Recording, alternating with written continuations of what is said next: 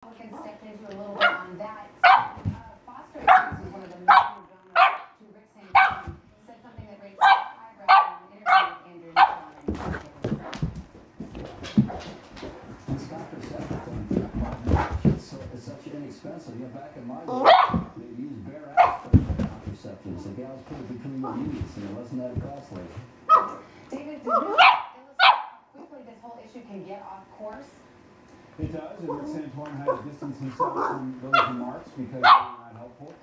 Even to the way he's talking about contraception, he doesn't believe in it, but as a matter of government, as president, that he wouldn't stand in the way of it being available, but that's separate from his opposition to what the administration did based on religious freedom grounds, he would argue. I think this is a larger point that is also causing a lot of anxiety within the Republican Party. There's a lot of strategists who think that this is a real straitjacket for the party come general election time, whoever the nominee is, even if the elements of the base right now are energized by the issue. Yeah, we should mention Santorum did distance himself, saying it was a bad off-color joke. Let's talk about Mitt Romney.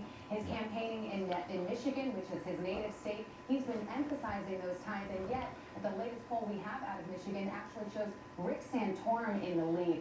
If Mitt Romney were to lose in Michigan, is this a political earthquake?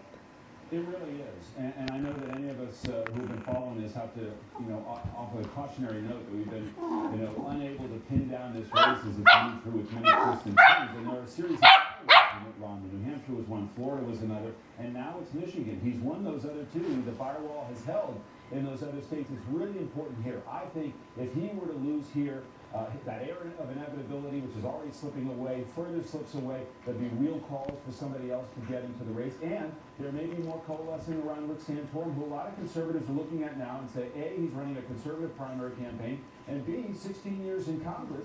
This is a guy who's a plausible commander-in-chief. And very quickly, David, what do you got to meet the press this weekend? Well, we'll talk more about the campaign, also about the budget and the economy. Paul Ryan, the budget chief, will join me, as well as the Democrat Chris Van Hollen.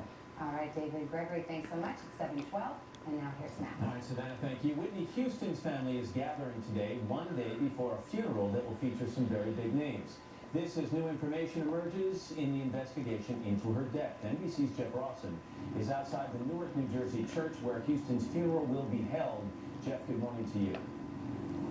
Hey, Matt, good morning to you, and let's start with the new information on the investigation. Law enforcement sources now tell NBC News police have already questioned Whitney Houston's doctors, and they've already received her medical records. They're pouring through them out on the West Coast, but for this weekend, the focus is here on the East Coast, here in Newark, New Jersey.